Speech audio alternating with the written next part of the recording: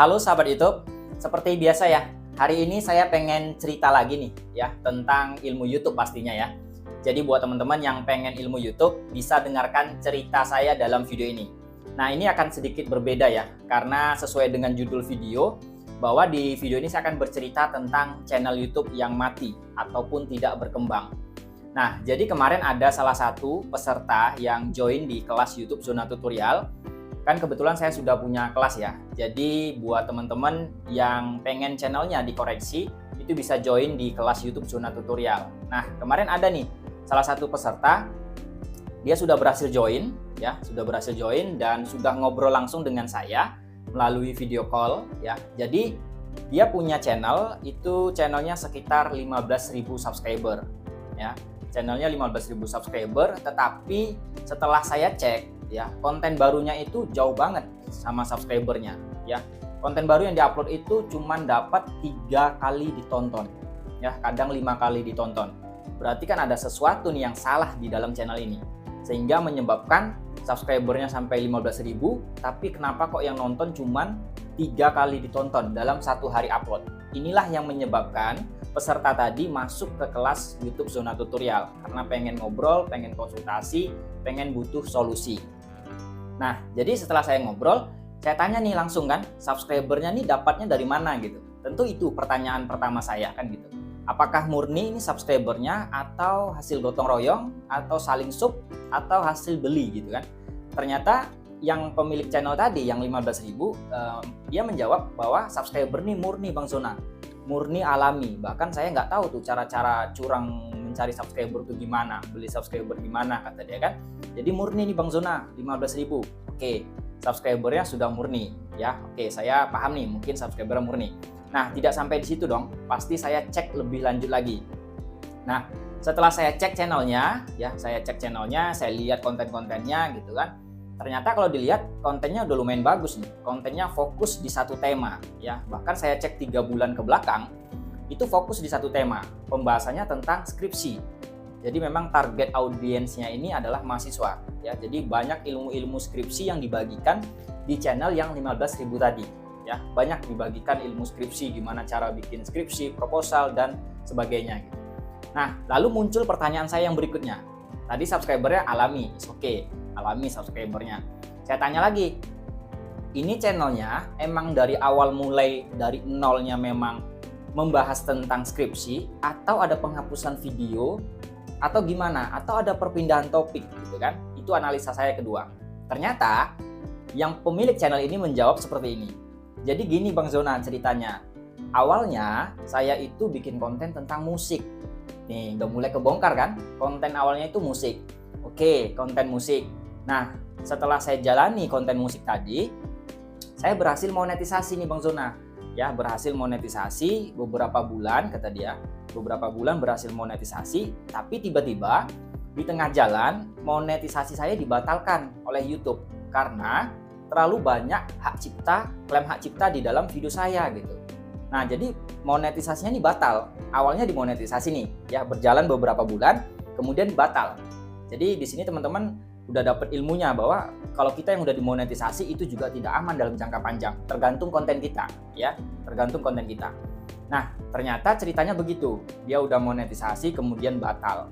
Kemudian solusi yang diambil ketika channelnya itu tadi batal monetisasinya, barulah membuat konten original yang skripsi ini ya. Jadi dia baru membuat konten original tentang skripsi ini. Otomatis kan mengejar jam tayang lagi tuh ya dari video skripsinya yang dibahas sekarang gitu. Karena apa? Karena video-video yang musik tadi ternyata itu perlahan dihapus sama pemilik channelnya. Otomatis kenapa perlahan menghapusnya? Karena kalau dihapus sekaligus itu jam tayangnya hilang, berkurang banyak banget. Misalkan kita punya video 50, 100, tiba-tiba kita hapus semua, maka itu akan menyebabkan jam tayang jauh berkurang. Jadi ternyata pemilik channelnya dihapus secara perlahan. Jadi sambil menghapus video musik tadi secara perlahan, mulailah upload konten original tentang skripsi. Nah, tentang skripsi tadi sudah original, ternyata tanpa disadari karena sudah banyak video tentang skripsi tadi, maka ada satu video skripsinya yang viral, dapat 133.000. Ya, dari 133.000 ini yang viewersnya 133.000 dari konten skripsi tadi, dapatlah jam tayang tadi.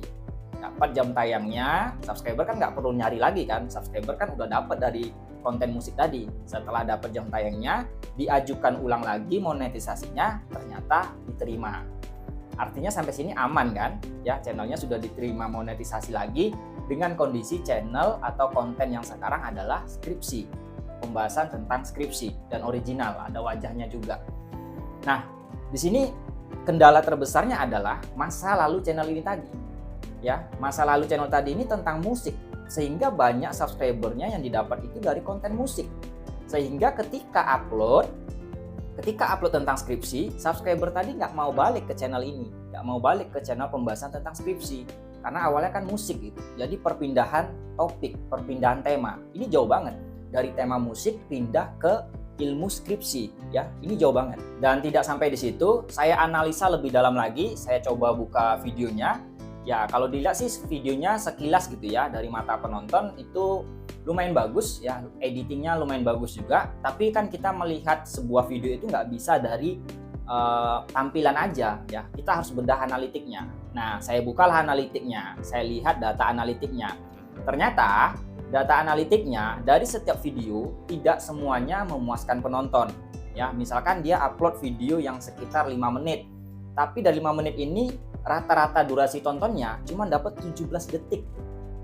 Artinya hancur banget. Ya, video 5 menit dapat 17 detik itu hancur banget. Sehingga tidak memancing rekomendasi. Kontennya kurang memuaskan. Kenapa kontennya kurang memuaskan? Ya ini akibat subscribernya yang didapat dari konten musik tadi.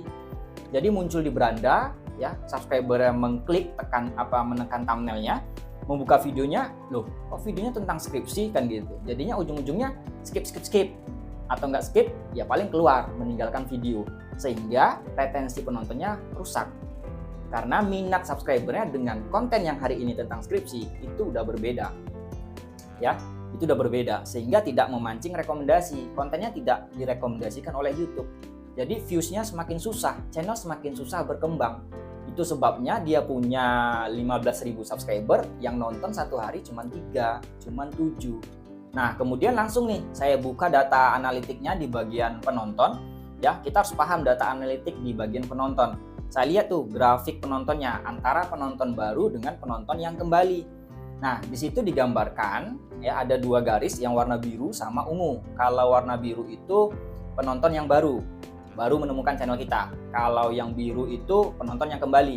Ternyata datanya itu penonton barunya di atas. Ya, penonton barunya di atas, penonton kembalinya tuh di bawah dan jaraknya itu jauh banget. Sehingga kalau jaraknya jauh banget seperti ini, kejadian di channel itu adalah dia mendapatkan banyak penonton baru tapi tidak berhasil membuat penonton baru itu kembali ke channelnya.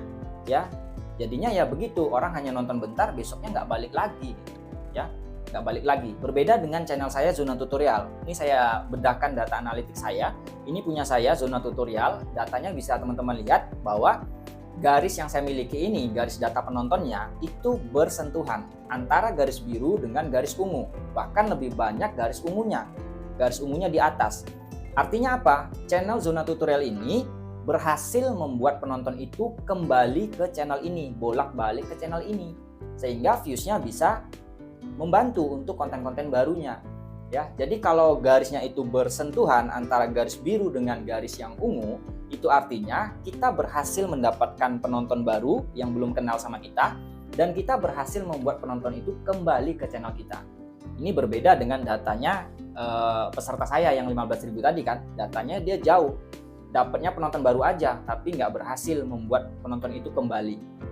Ya ini salah satu faktornya adalah perpindahan tema tadi, perpindahan topik dari musik pindah ke skripsi. Jadi kesimpulan dari video ini, ketika kita membuat channel yang awalnya tema A berpindah ke tema B, tidak semua channel akan berhasil berkembang. Ya, apalagi sudah pindah antara tema A ke tema B. Itu biasanya akan sedikit sulit untuk membuat channel itu berkembang atau bahkan bisa channel itu mati dan tidak berkembang. Karena perpindahan temanya terlalu jauh. Minat subscribernya dengan konten barunya itu berseberangan.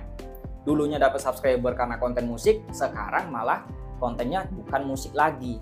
ya, sehingga subscribernya sebanyak apapun nggak mau nonton karena konten barunya bukan konten musik gitu ya. Jadi saran dari saya nih, solusi dari saya, kalau teman-teman sekiranya susah untuk berkembang karena kontennya campur-campur, ya solusi dan saran terbaik dari saya adalah memulai dari channel yang baru. Ya, meskipun susah nyari subscriber lagi, nyari jam tayang lagi, tetapi untuk kita memulai di channel yang baru dengan cara yang benar, temanya satu tema, itu akan jauh lebih baik. Berkembangnya berpeluang lebih cepat daripada kita melanjutkan channel yang udah terlanjur sakit, channel yang udah terlanjur campur-campur. Jadi itu ya solusi dari saya. Semoga cerita saya hari ini bisa bermanfaat buat teman-teman yang masih pemula. Tetap semangat, upload terus ya. Jangan sampai teman-teman tidak upload, karena semakin sering kita upload, tentunya akan berpeluang channel kita itu akan semakin berkembang. Tentunya dengan aturan dan kebijakan YouTube ya.